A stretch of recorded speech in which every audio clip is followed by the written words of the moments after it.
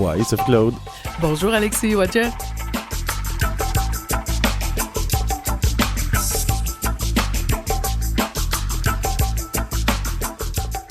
On va recevoir Jacques Néouachiche et Maya Cousineau-Mollen qui vont venir nous parler d'une exposition au Musée des Abénaquis d'Odanak, Ota, ici, Outé. Et en première partie, on va s'entretenir avec M. Patrice Dominique, dit Toumé, Inun Machias, pour nous parler de la Fondation Sur la Pointe des Pieds.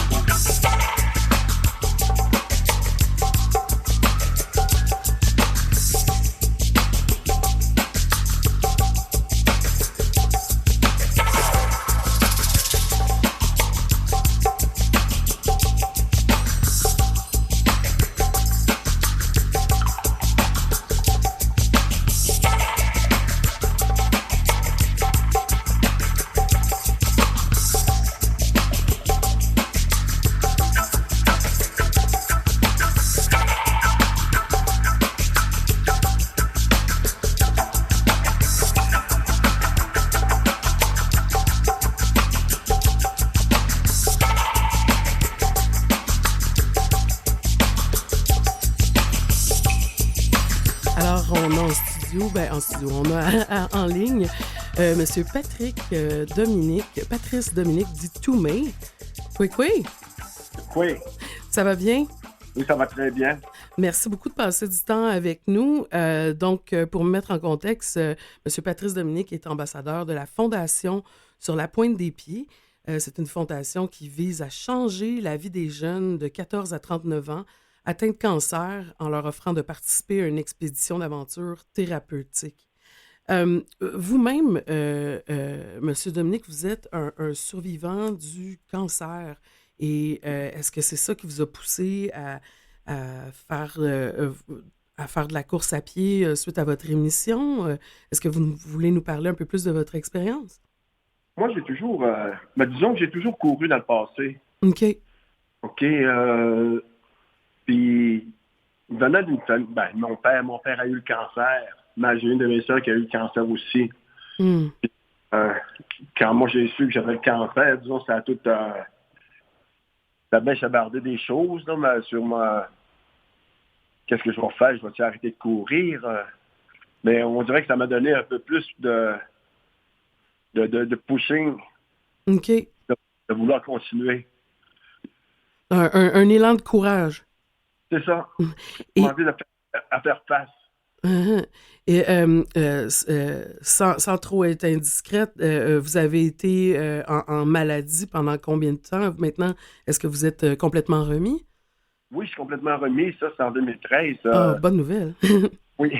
J'ai eu deux opérations en décembre 2013. Puis après ça, j'en ai eu une autre en février 2014. Mais après ça, ça s'est très bien passé. J'ai pas eu besoin de... Tu sais, bien souvent, des fois, après une opération, on doit poursuivre avec de la chimio ou bien de la radiothérapie. Oui. Dans mon cas, j'ai pas eu besoin.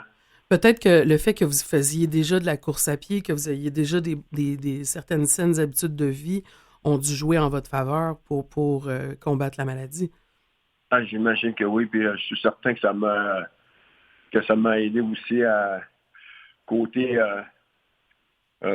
avoir le positif de cette maladie. Oui. Parce que pendant le temps que je faisais des traitements, moi j'ai eu ça en mai. Là, on m'a dit tout de suite après ça que je devais faire des traitements en radiothérapie et puis de la chimio. Puis mon médecin me dit, mon médecin me connaissait.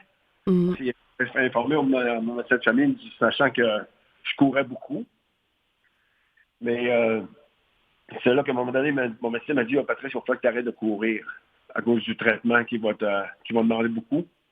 Oui, parce que ça prend de l'énergie, les traitements. Là. Moi, je connais quelques personnes qui sont passées par des voies similaires, puis il y en a qui ont l'énergie pour, puis d'autres que peut-être pas, là. Oui, c'est sûr. Moi, j'ai dit OK, mais ça a duré une semaine. Là, j'ai rencontré mon médecin, j'ai dit non, j'ai dit ça marche pas, là. Je peux pas rester là, on dirait que je vais virer plus fou à rien faire. Ben, surtout si on a l'habitude d'avoir toutes les réactions chimiques que cause l'exercice, de plus les avoir, ça doit avoir un effet un peu... Oui, mais disons que tu sais, je me disais que oui, pour combattre le cancer, il fallait que je reste positif, puis il fallait que je fonce pareil, là. Et moi, quand mon médecin m'a dit, OK, Patrice, tu peux pas courir plus que 30 minutes ou bien aux 2-3 jours. Là, j'ai dit OK. Puis parce que moi, dans le temps que je courais, disons que c'était vraiment plus des longues distances. Longue distance comme à peu près quoi, pour donner une idée? Oh, peut-être des 20 kilomètres. Oh là là, OK, oui, la longue distance pour vrai. Là, vous pouvez juste le dire, je suis un peu essoufflée. Ce qui a aidé, c'est parce que, disons, j'ai fait beaucoup d'ultramarathon. OK. C'est ça qui m'a aidé. Disons, c'est ça que ça m'a aidé aussi. Là. Moi, quand mon médecin m'a dit, OK, tu ne peux pas courir trop, j'ai dit OK, mais j'ai vraiment pas écouté mon médecin. Moi, j'allais courir pareil. Je ne dépassais pas 1 heure. J'allais courir peut-être à tous les jours pareil, mais pas plus qu'1 heure. OK. Puis, il m'avait dit d'arrêter de courir au moins 2-3 jours avant mon opération. Mais moi, j'ai arrêté de courir la journée avant mon opération. un petit rebelle de la course, là. Oui. Oh, oui, disons que c'est ça qui m'a aidé à rester debout, à affronter cette maladie-là. Là. À passer au travers. Puis vous aviez commencé la course vers quel âge vous-même? Disons, j'ai commencé il y a longtemps. Je courais pas. Je courais, mais je faisais pas beaucoup de compétition. Mais quand j'allais, c'est peut-être courir à tous les 2-3 jours. Puis quand j'allais loin. OK. J'ai toujours couru quand j'étais jeune. Ah, ben c'est ça. Ça fait partie de votre style de vie. C'est une partie intégrale de qui vous êtes, dans le fond. Oui, je crois bien que oui. Là, il y a le travail que vous faites, ben, je sais pas, c'est peut-être du bénévolat, votre implication avec la Fondation Sur la pointe des pieds. Vous êtes un ambassadeur, comme on le disait plus tôt. L'objectif, c'est de changer la vie des jeunes de 14 à 39 ans, quand même, atteints du cancer, pour leur permettre de participer à une aventure thérapeutique. Oui. Donc ça, c'est un parcours. Pouvez-vous nous en dire plus? Est-ce que ça a lieu bientôt? C'est le 24 février prochain? Ça va avoir lieu samedi prochain, le 24, en après-midi. Moi, je m'avais inscrit auparavant en 8, dans la soirée. OK. Ouais, ça extravagant. J'ai dit, hey, ça va être le fun, courir en noirceur sur le lac, ça va être le fun. Mais là, quand ils ont su que j'étais une personne venant de Machtoyats, en plus d'être un autochtone, pour eux autres, c'était assez. Ils disaient que c'était le premier. Ils m'ont contacté. Là, ils m'ont demandé si je serais intéressé à vouloir changer pour courir durant le jour au lieu de en soirée. Pour quelle raison? C'est parce que c'est le premier autochtone qui court sur le lac. En plus que c'est dans c'est sur nos terres au lac Saint-Jean. D'où je viens de Machtoyats. Puis, disons, ça fait assez longtemps. Je suis parti de là, ça fait longtemps, mais je viens de là. Les racines sont toutes là encore. OK, donc c'est pour qu'il y ait une plus grande visibilité de votre présence et participation à cet événement-là, c'est ça? Je crois bien que oui. C'est parce que, disons que j'ai, moi, après mon cancer, j'ai eu fait des courses de folie, qu'on va dire. Après mon cancer, en 2014, quand ma deuxième opération, en février 2014, en juin 2014, j'ai décidé de courir de Mississippi à Mashtoyat. Quand même. Ça a donné 352 km. Puis là, j'avais fait pour le cancer. À quel moment de l'année vous aviez fait ça? Dans la même année, 2014. 2014, wow. Ouais. Puis là, mon année, j'ai un de mes chums, malheureusement, qui est décédé. Il dit, Patrice, tu devrais essayer Maliotenam, Mississippi. Ça fait combien de kilomètres, ça? Ça a donné 1077 km. Oh, wow! C'est combien de temps, ça, un nombre de kilomètres aussi important que ça? Ça a été après, ça a donné 10 jours. Ah, quand même, c'est plus qu'une semaine. Ça, j'ai fait ça en 2 ans. OK, en 2021. Oui, puis ça aussi, c'est encore en fonction avec ramasser des fonds pour la Fondation du cancer. C'est vraiment honorable. C'est important. Puis le fait que vous soyez le premier, justement, à participer à la Fondation sur la pointe des pieds, puis participer à cet événement-là particulièrement, ça va certainement inciter d'autres Autochtones à joindre le pas. Et puis là, finalement, celle-là, le fait, vous venez de là. C'est 37 km de course à pied. Est-ce que vous faites le tour parce que là, vous êtes sur le lac parce que c'est gelé, vous faites le tour. Pouvez-vous nous en dire un peu plus? On va partir de Vauvert, qui est tout près de Dolbeau ou bien Périboncan. Mm-hmm. On va s'en aller jusqu'à Robert, sur le village sur glace. OK, oui. Après ça, on s'en va jusqu'au chalet Spa à Chambord. Tu sais, c'est en plus pour moi, là, venant de Mashtoyat, moi, mais les derniers qui sont partis de la forêt, qui descendaient par le lac dans le temps, c'était mon oncle. Tu sais, c'est une affaire en plus que c'est toute une histoire aussi, là, quand on me dit, OK, tu vas faire ça, Patrice, on va t'envoyer là, mais une de mes sœurs me dit, OK, Patrice, savais-tu que le dernier qui est descendu du bois, dans le temps, ça descendait par le lac quand on a du bois en forêt. Savais-tu que dans ce temps-là, c'était ton oncle qui était le dernier à descendre du bois en venant par le lac? Ça a vraiment une valeur historique, familiale, sentimentale, ce trajet-là. Bon, oui. Oui, moi, je ne le savais pas, là, mais disons que c'était un peu plus... si on regarde l'histoire, c'est quelque chose qui va être le fun, là. Je vais pouvoir dire, OK, moi, je ne suis pas descendu du bois, là, mais au moins, j'ai traversé le lac pareil, là. Ben, je pense que c'est Serge Bouchard qui disait que les Inuits étaient un peuple de marcheurs, hein, puis de coureurs. Je crois bien que oui. Ouais, les cris aussi. Moi, je fais partie de la nation cri, puis la marche était très, très importante. Là, vous avez l'avantage que vous n'avez pas besoin de ramener un animal avec vous. Ouais, ou un toboggan lourdement chargé, ouais. Oui. Ben, c'est parce que c'est ça. Regarde, moi, présentement, je reste de la nation créée au lac Mississippi. Puis là, ils font ça, la marche pour des gens qui veulent aller en forêt, puis ils partent d'une autre communauté, puis ils descendent jusqu'au lac Mississippi. C'est quelque chose, c'est une histoire aussi pour les jeunes là, qui embarquent avec eux autres. Donc, vous, c'est vraiment, ça va être à pied. Ce ne sera pas avec de la raquette, là. C'est vraiment course à pied. Ah, mais ça va être à pied, oui. Puis si j'ai pas le choix, je vais peut-être m'obliger de mettre des raquettes, là.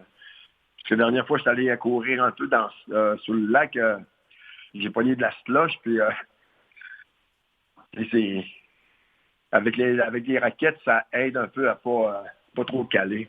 Oui, parce qu'avec les réchauffements climatiques et tout, on sait que ça peut être délicat un peu, là. On va faire une courte pause musicale, puis on va continuer l'entrevue tout de suite après. Patrice Dominique dit Toumé, Innu de Mashtoyat, qui participe, qui est ambassadeur pour la Fondation sur la pointe des pieds. La chanson qu'on va aller écouter, c'est la chanson de Wolf Castle, a.k.a. de Tristan Grant, mais son nom d'artiste est Wolf Castle, et on va entendre la chanson Whoop!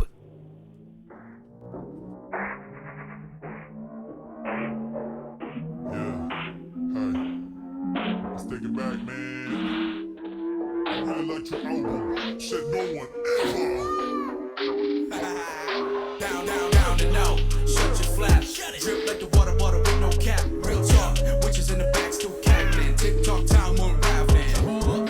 In it like a beat to a pod. Wolfgang Amadeus rolling on the floor. Control the room like you control the art. Got many problems, where do I start? T to the rest of my name. Tipper like an iceberg tipping. Saw blade cutting. Lumberjacks back you with a tree. Dumb, but I got my degree. Yeah, flip the beat, give it vertigo, turn a new leaf. Rogue monk, meditator, force him in a peace. Working till my limbs like a mummy. Crumble in the tomb of a stranger. Dummy. Make the team go. What? I got the sauce, I'm on the loose. You got the tunes, we got the juice. Half court shot like my foot was in the booth. Make the team go. At the Bow Wow team go. Make the team go. I got the sauce, I'm on the loose. You got the tunes, we got the juice. Half court shot like my foot was in the booth. Make the team go. At the Bow Wow team go. Yeah. Hey. Foaming at the mouth like a res dog. Hands off, keep it, this is what we go off. Oh no, got red like it's blood loss. Blow up, speaker busting out the photo. Okay, I'ma live till I'm 104. Oga move ruling by the show. Seeing fish shine like the shit is GoPro. Deep into the reef like my name Nemo. Deadliest go. It gets ugly, a phantom. I throw a tantrum. I cannot handle the power invested in me. I try to run, but I'm lost in my feet. Go through the maze, all the walls are Gucci. That ain't a treat, no Halloween. Don't lose the focus, we all trying to eat. Rising for natives, we came from the deep. Yeah, and I just wanna tail in the back of the truck bed. Rolling through the res with my woes erupting. How y'all function? Y'all corrupted. Au contraire, my friend, you stunting. You stupid. We just fine, we alright. We don't need your help, and run through the night. All like, okay, let's go. Make the team go. I got the sauce, I'm on the loose. You got the tunes, we got the juice. Half court shot like my foot was in the booth. Make the team go. At the Bow Wow team go. Make the team go. I got the sauce, I'm on the loose. You got the tunes, we got the juice. Half court shot like my foot was in the booth. Make the team go. At the Bow Wow team go. Alors, on écoutait Whoop de Wolf Castle. Wolf Castle est un rappeur et producteur et animateur radio, membre de la nation, de la Première Nation Pabineau au Nouveau-Brunswick, donc qui fait partie de la nation Mi'kmaq. Alors, on est de retour avec Patrice Dominique, dit Toumé, et nous de Mastoyats. Quoi? Oui. Donc, on parlait plutôt que justement avec les réchauffements climatiques, etc., le lac, pensez-vous qu'il va être assez gelé le 24 février? Parce que je sais qu'on a parlé avec des membres de l'expédition Première Nation, puis comme plus au nord, là, comme dans le coin de Chibougamau, etc., et d'autres endroits, ils nous mentionnaient que les lacs n'étaient pas gelés et ils ne pouvaient pas embarquer. C'est sûr qu'en skidoo, c'est différent qu'un humain en course à pied. Le poids n'est pas le même. Est-ce que le Pikwakami, si je le prononce bien, est gelé? Oui, je pense bien. Je pense pas qu'il y aura de problème. Ça va. Tu sais, même avec le froid qui embarque présentement, ça permet la slush de geler là, dessus, la neige pour faire durcir la neige aussi. Mm-hmm, ça aide, là, vraiment. Là. Parce oui. qu'on s'entend que des plus 5 en février, c'est... oui. ça, c'est un peu moins normal. Donc, votre participation à cet événement-là, est-ce que c'est dans le cadre d'une levée de fonds, c'est bien ça? Oui. OK, puis il demandait au moins de ramasser peut-être 1500 par participant. C'est comme il dit, moi j'ai dit oui, je vais me ramasser le 1500 aussi. Là, puis on va essayer d'inciter les gens à donner plus pareil. Là. On a combien de participants pour l'instant? Je ne sais pas combien, pas loin de 80, je crois, dans les deux parties, là, durant la journée puis la soirée. Puis, vous êtes le seul autochtone quand même sur tout ce nombre de participants-là. C'est quand même impressionnant. Puis j'ai l'impression que ça risque d'être une mesure incitative. Donc, vous avez déjà amassé votre 1500 $, M. Dominique? Oui, oui. OK. Puis, l'objectif, habituellement, quand il y a des collectes de fonds comme ça, y a-t-il des objectifs à atteindre au complet là, pour pour la Société canadienne de cancer? Ben ça, oui, ben, eux autres, c'est sur le point des pieds, c'est pour permettre à des jeunes de pouvoir bénéficier des activités thérapeutiques en expédition dans la nature. OK. Mais pour le cancer, mettons, si on regarde pour le cancer, comme j'ai fait celui-là de la traversée de Maliotenam à Mistassini, mon objectif, moi, c'était de ramasser 10 000 pour la fondation. Wow. Puis j'avais réussi à ramasser 76 000. C'est vraiment impressionnant. C'est beaucoup plus que 10 000. Donc, oui. Si les gens seraient intéressés à donner justement là, pour la Fondation sur la pointe des pieds, où est-ce qu'ils doivent se rendre pour faire un petit don? Ou un gros don? Ils vont dans le site sur la pointe des pieds, au bas de la course Cryo. OK. Puis après ça, ils vont voir, c'est marqué don. Ils pèsent dessus, puis après ça, ils vont voir des noms des gens. Puis ils peuvent marquer mon nom, mettons Patrice Dominique. Là, ils vont donner. Mais moi, ça ne me dérange pas, mais ils peuvent donner à n'importe qui, là. Parce que tout le monde, d'abord, tous ceux-là qui vont participer font la collecte des dons pareil pour ces jeunes, pour les jeunes. Pas parce qu'à cause que moi je le fais, que je suis pas là pour dire OK, j'ai ramassé plus d'argent pour que les autres, là. C'est pas un concours. Alors, pour moi, c'est pas un concours. C'est pas un concours, c'est seulement une participation pour aider. Si vous acceptez d'être le porte-parole pour la Fondation La Pointe des Pieds, c'est que vous avez dû voir les effets que cette fondation-là a eu dans la vie de jeunes. Est-ce que vous en avez vu sur la vie de jeunes de votre communauté? Non, mais j'ai rencontré une personne qui s'appelle Jonathan. OK. Puis, Jonathan, il a déjà passé par là quand il avait 13 ans. Puis là, présentement, il avait 6 ans. Je suis allé le rencontrer pour voir c'était quoi comment il avait trouvé ça, son expérience avec sur la pointe des pieds dans l'expédition. Puis il avait bien aimé ça. Puis, avant de rencontrer Jonathan, moi, j'avais rencontré... avec ma copine, on est allé voir chez lui, à Chicoutimi. Puis là, il me dit, Patrice, il dit, moi, j'ai une photo de toi avec ma mère. Je dis, ah, moi. Puis là, en montrant la photo avec sa mère, sa mère, je l'avais rencontrée pendant que j'avais fait de la course de Maliotenam à Mistassini. Malheureusement, elle avait le cancer, puis ça a été plus difficile pour elle. Elle n'a pas survécu à son cancer? Non. Puis là, disons qu'avec Jonathan, on a parlé de son expérience, puis il a trouvé ça bien bénéfique, puis qu'il incite les gens à pouvoir donner afin que les d'autres jeunes autochtones puissent bénéficier de cette aventure aussi, là. Parce que Jonathan, c'était le seul autochtone qui a participé à ça. Et moi, je fais bien ça aussi, qu'il y ait plusieurs jeunes autochtones, parce qu'il y en a plusieurs que j'ai connus, que j'ai côtoyés, qui font face à cette maladie-là. Puis pourquoi parce que je le voyais déjà avant, c'était sur la pointe des pieds, mais je portais pas plus attention. Mais cette année, j'ai dit, je vais m'inscrire, je vais aller voir. Et je trouvais ça vraiment valorisant, ce qu'il apporte, qu'est-ce qu'il apporte aux jeunes. Et j'ai rentré en contact avec la personne qui est responsable de là, et dire, j'aimerais ça, par exemple, qu'on puisse avoir que les informations puissent atteindre toutes les communautés autochtones aussi. Parce que souvent, c'est le cas. Hein? Il y a des programmes qui existent, mais on n'a pas nécessairement l'information. Puis des fois, ces fondations-là ou ces organisations-là n'ont pas non plus peut-être adapté leur service à notre réalité culturelle. Ben c'est ça. Puis en plus, parce que des fois, j'ai demandé comment ils allaient chercher les participants. Là, ils m'ont dit qu'ils allaient directement avec les hôpitaux. J'ai dit, OK, mais j'ai dit, ça serait un peu plus bénéfique si vous envoyez les informations dans chaque, dans chaque clinique des communautés. Eux autres, ils ont la liste de ceux qui sont malades, des jeunes, mettons, ceux qui sont atteints du cancer. Et à partir de là, ils pourraient... l'information pourrait passer mieux. Donc, non seulement vous êtes le porte-parole, mais vous allez peut-être être un acteur de changement aussi au sein de cette fondation-là pour amener ces services-là auprès de jeunes autochtones.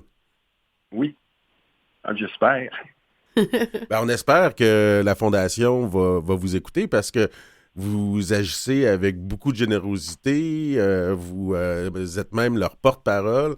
Moi, j'avais jamais entendu parler de cette fondation-là avant aujourd'hui, avant de vous avoir à l'émission. Donc, on espère que ça va aller dans les deux sens, cette réciprocité-là, cette écoute-là. Oui, c'est pour ça que moi, je vais vouloir peut-être m'impliquer plus après la course, là, afin que toutes les informations puissent atteindre toutes les communautés.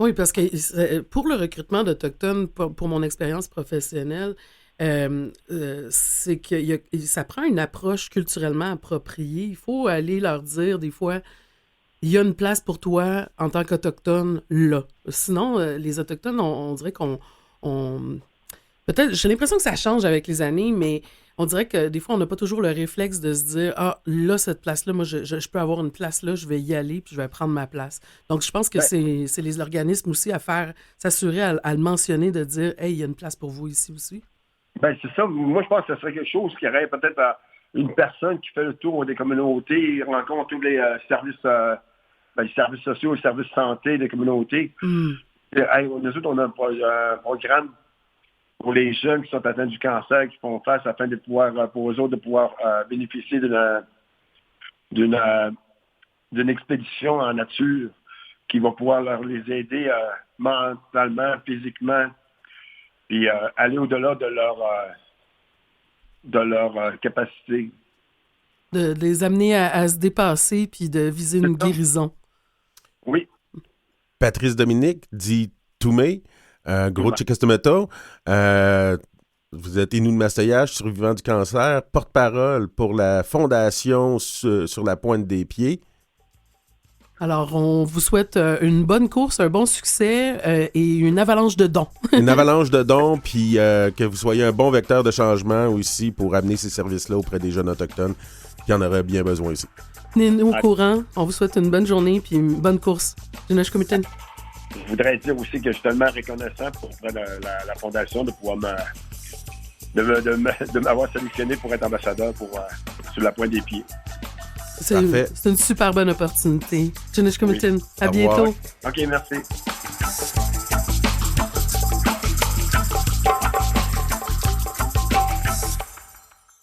Vous écoutez Kwe Bonjour avec Alexis Wawanoloat et Sophie-Claude Miller. On n'a pas réussi à rejoindre Jacques Newashish. Il est souvent difficile à rejoindre, mais on a, en plus de Maya Cousineau-Molène, Christine Berthiaume, qui est la photographe qui a participé à l'exposition avec Jacques Newashish et Maya Cousineau-Molène.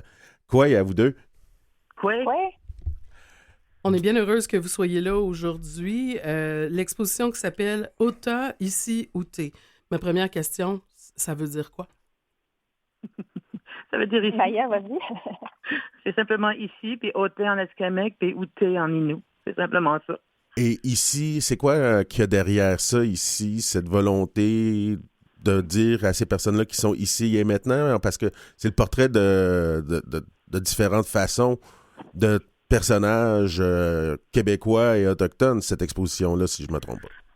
Ben là, je vais passer la porte à Christine. Oui, ben, tout à fait. Dans le fond, ici, effectivement, ça fait référence au moment présent, au moment qu'on a passé avec chacune de ces personnalités-là. Okay. Mais ça fait aussi référence au territoire, parce qu'on a vraiment parcouru le territoire. On est allé jusqu'à Maliotenam pour photographier Florent Volant.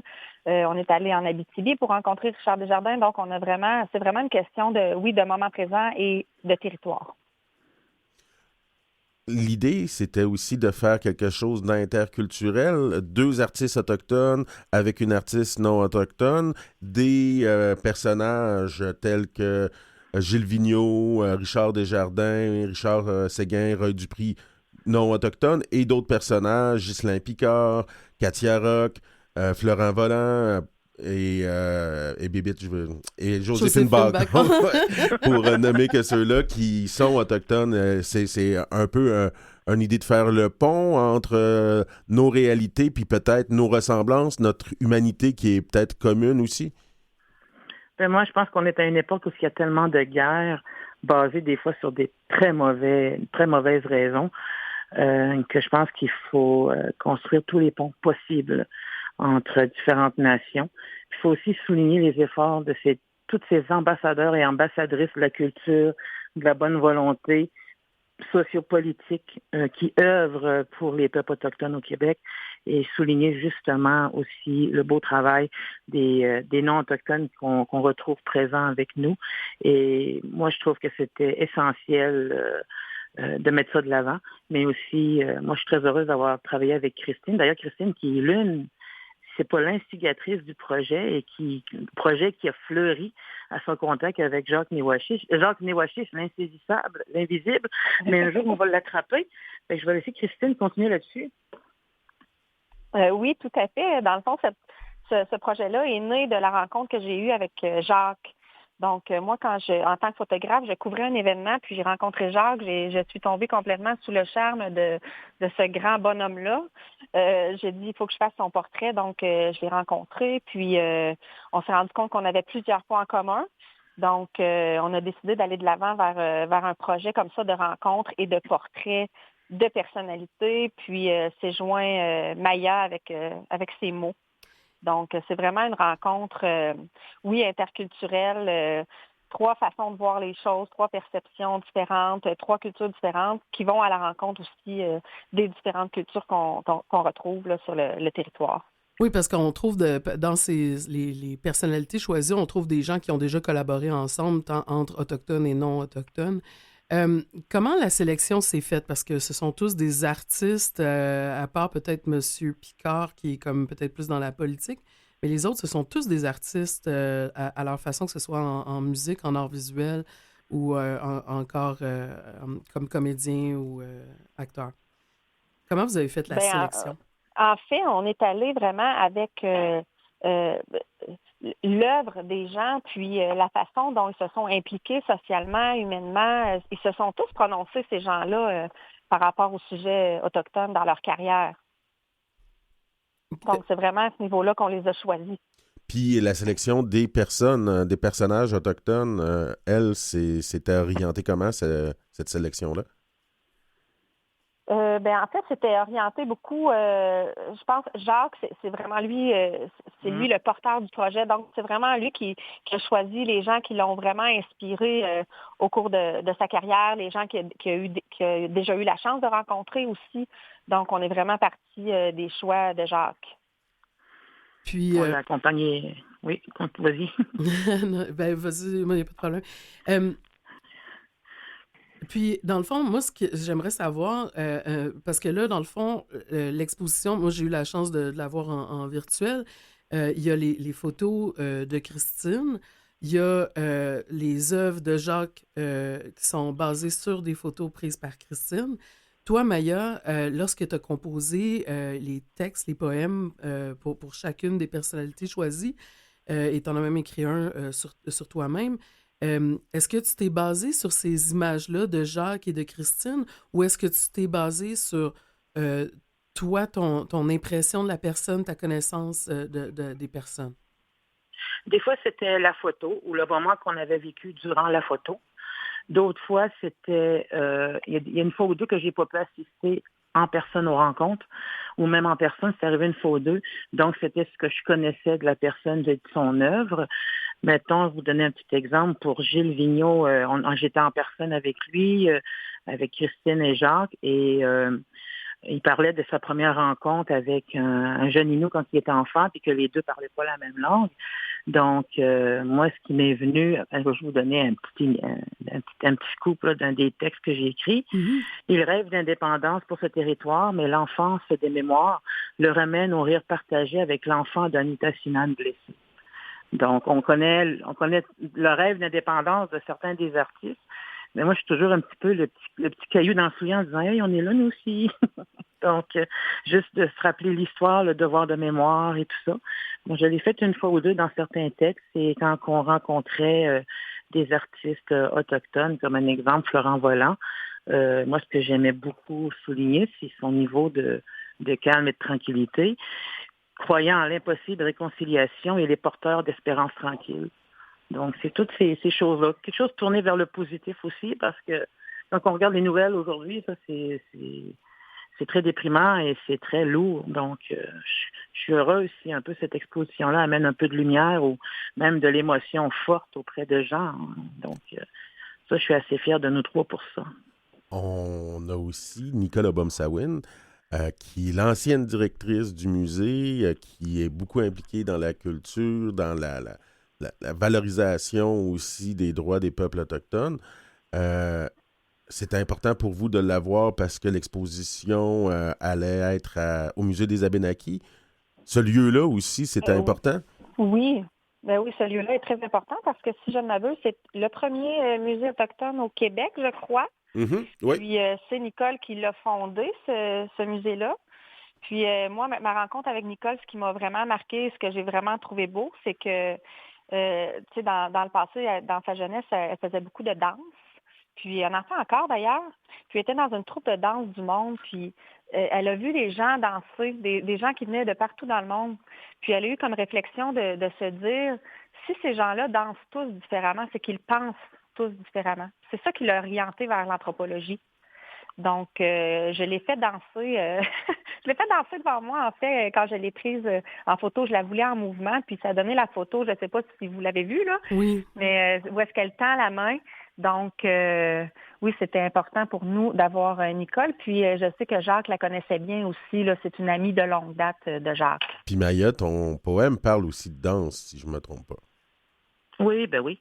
Écoute, moi, ce que j'entends parler d'elle, c'est son travail aussi avec les enfants. Oui, c'est ça. Ça se reflète dans le dernier...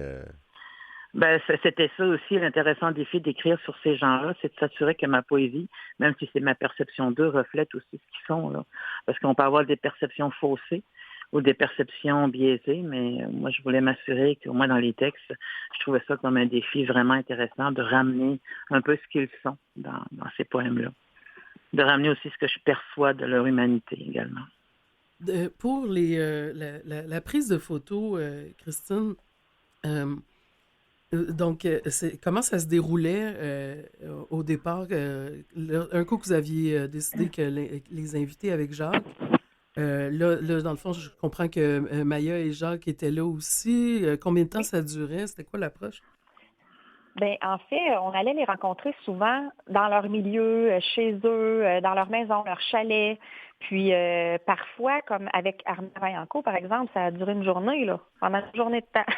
Puis Armand Vaillancourt, il y a beaucoup d'énergie, puis il y a beaucoup de choses à dire. Fait que quand je suis sortie de là, j'étais brûlée. Il y a 95 ans, mais il y en a dedans. Puis en fait, puis pour certaines autres rencontres, ça a été plus court, mais on a quand même passé un bon 2 heures facilement avec chaque personne. Puis ça se déroulait vraiment comme une rencontre informelle, une conversation.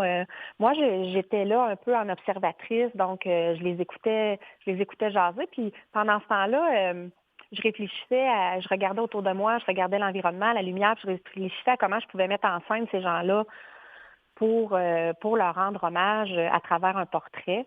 Donc, dans tous les cas, ça a été vraiment de l'improvisation. Avec Armand Vaillancourt, je l'ai installé dans le champ. Lui, il est né là à Plessisville, donc ça représentait vraiment la terre. C'est un homme qui est issu d'une grande famille qui a vécu sur une terre. Donc, je voulais vraiment le planter là comme un géant.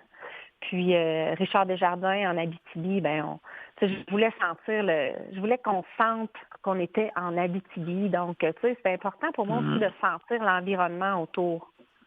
Est-ce que c'est la première fois que vous collaborez avec des Autochtones? Moi, avec des Autochtones, oui. Je connaissais déjà Jacques. J'avais déjà travaillé aussi avec le Centre d'amitié autochtone ici à Shawinigan, donner des ateliers de photographie, mais c'est vraiment le premier grand projet, là. Est-ce que ça vous a donné envie de travailler davantage avec les Autochtones? Est-ce que vous avez fait des découvertes par rapport aux Autochtones à qui nous sommes? Oui, certainement. Moi, c'est sûr que ça m'a donné envie parce que c'est en tant que... Tu sais, moi...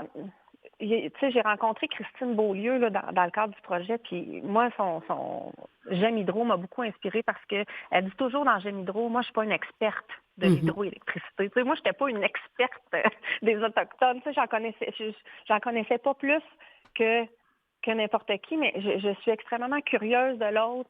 Puis, tu sais, c'est sûr que tout le rapport avec la nature est super inspirant dans la société dans laquelle on vit aujourd'hui. Notre rapport à l'environnement, notre rapport au territoire, tout ça, c'est quelque chose spirituellement qui est super inspirant. Puis, j'ai envie de m'inspirer de ça, là. Parce que, comme le disait Maya tout à l'heure, quand on parle de la souveraineté, de toute façon, c'est mon opinion personnelle, mais sans les Autochtones, ce serait impossible. Oui, complètement. Ouais. Donc, il faut collaborer tous ensemble si c'est une vision commune. Oui. Puis, pour ta part, Maya, tu as déjà travaillé avec d'autres allochtones. Est-ce que cette expérience-ci se démarquait d'autres expériences que tu avais eues dans le passé? Ben, elle se démarquait, en fait, parce qu'il y avait un grand trait commun, c'était l'humilité qui habitait chaque personne. Et juste entre parenthèses, Jacques est disponible, il dit qu'on peut l'appeler maintenant si vous voulez le joindre de manière inopinée. Il est disponible maintenant, il vient de m'écrire. Oui, il nous reste 1 minute, puis on a le studio seulement pour une période de temps vraiment limitée, donc... Malheureusement, le temps qu'on le rejoigne, on pourrait lui dire bonjour, bye. Donc, on va se reprendre pour Jacques, mais certainement, ses œuvres sont tout aussi importantes que celles de Christine et de Maya. Il a fait comme le lien. Il a fait le lien entre les photographies de Christine, qui sont saisissantes, et les textes. Donc, ça retouchait un peu aussi les deux œuvres et ça faisait un pont intéressant quand je l'écoutais expliquer à des gens lors du vernissage à Odanak et c'était vraiment intéressant ce qu'il disait par rapport à sa perception de tel artiste ou de telle chanteuse, des choses de même. C'est vraiment enrichissant. Fait que j'espère que vous allez pouvoir peut-être le rattraper pour une entrevue juste lui tout seul. Mais... donc, l'exposition est au Musée des Abénaquis jusqu'au 17 mars 2024. Est-ce qu'on a l'intention de faire voyager cette exposition-là après le passage au Musée des Abénaquis? Oui, certainement. C'est vraiment dans nos désirs de faire voyager cette expo-là. Pour l'instant, on n'a pas de date confirmée, mais on travaille là-dessus. On aimerait pouvoir... retourner dans les communautés, puis l'offrir aux communautés aussi, cette expo-là, pour qu'ils puissent la voir. Oui, moi-même, je verrais même peut-être un livre avec tout ce beau contenu-là aussi. Ah, nous autres aussi, on voit ça. On a les mêmes visions. Quand on parlait de vision commune, justement. Oui. Donc, peut-être même une phase 2, tu sais, peut-être même, parce que, tu sais, il y a plein de monde qu'on n'a pas rencontré encore, là, qui méritent d'être dans ce projet-là. Mais, tu sais, on peut pas tout faire en même temps, mais on aimerait pouvoir poursuivre les rencontres, là. Donc, Ota-Ici-Outé, phase 1. Christine Bertillon, photographe. Et Maya Cousineau-Molène, autrice. Et bien sûr, Jacques Néwachich participe aussi à l'exposition. Si on a l'occasion, on va s'entretenir avec lui à un autre temps. On vous remercie les deux pour votre temps. C'était vraiment agréable d'échanger là-dessus. Moi, j'ai beaucoup apprécié. J'invite vraiment les gens à aller faire un petit tour au Musée des Abénaquis d'ici le 17 mars pour Ota-Ici-Outé. Merci beaucoup. Merci. Merci. Au revoir. Alors, on va poursuivre en musique avec Julian Taylor et sa chanson Seeds.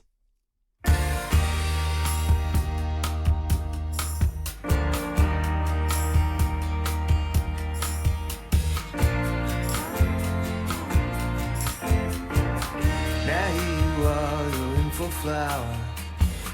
You're flexible in all your power. You got all the sunlight in the air that you need. They tried to bury us, but they didn't know we were seeds. Now here you stand hour after hour, strong as an oak, tall as a tower. The storm keeps raging, but you never pay no heed. They tried to bury us, but they didn't know we were seeds. Somehow, everything eventually dreams. Someday, somehow, everyone eventually dreams. Someday. see you shining strong and clear. No one can stop a good idea, nobody like you. There's nobody like you. I was a flower, I was an oak. I was provoked, and when I awoke, I started praising for all the things that I need. They tried to bury us, but they didn't know we were seeds. They tried to bury us, but they didn't know we were seeds. Somehow everything eventually dreams. Someday, somehow, everyone eventually dreams. Someday, they knocked you down, erased your name. You stood your ground and wouldn't change. You found your place now, standing alongside the trees. They tried to bury us, but they didn't know we were seeds. You are a star and you are hope. Smoke signals in the air evoke from the darkest depths that our hearts can be free. They tried to bury us, but they didn't know we were seeds. They tried to bury us, but they didn't know we were seeds. Somehow, everything eventually dreams. Someday, somehow, everyone eventually dreams. Someday, somehow, everything eventually dreams. Someday, somehow, everyone eventually dreams. Someday.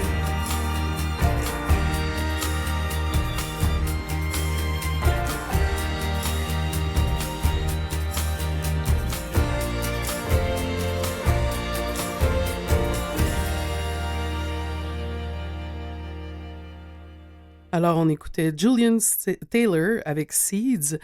Julian Taylor est un afro-autochtone d'origine indienne de l'Ouest et Mohawk qui vit présentement à Toronto, mais d'origine de Kahnawake aussi. Il va falloir faire passer du métal à un moment donné.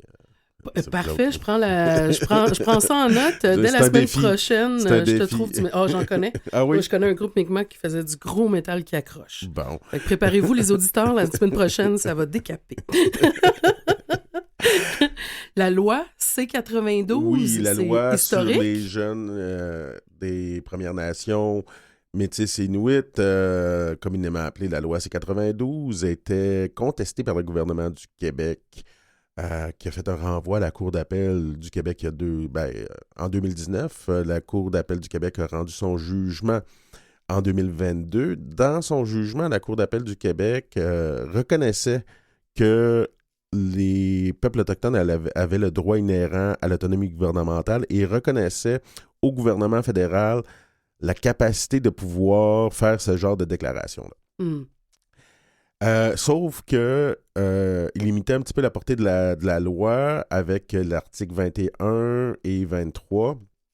Et ça a été ramené à la Cour suprême.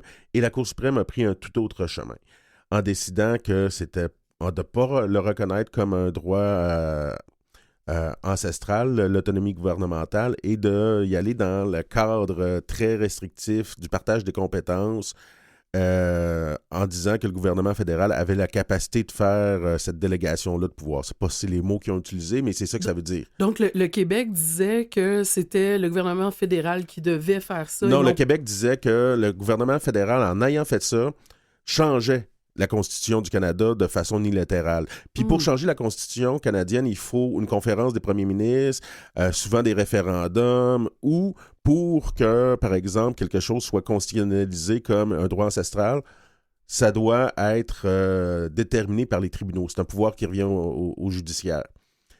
Donc, la Cour suprême a dit non. On n'avait pas besoin de passer par tout le chemin que la Cour d'appel pour reconnaître la validité de la loi. Selon le partage constitutionnel, donc, le Canada peut déléguer des pouvoirs et toute la loi est valide dans la mesure où ça reste dans un cadre constitutionnel sous l'autorité du Canada. C'est une bonne nouvelle parce que ça permet d'avancer dans la création des lois.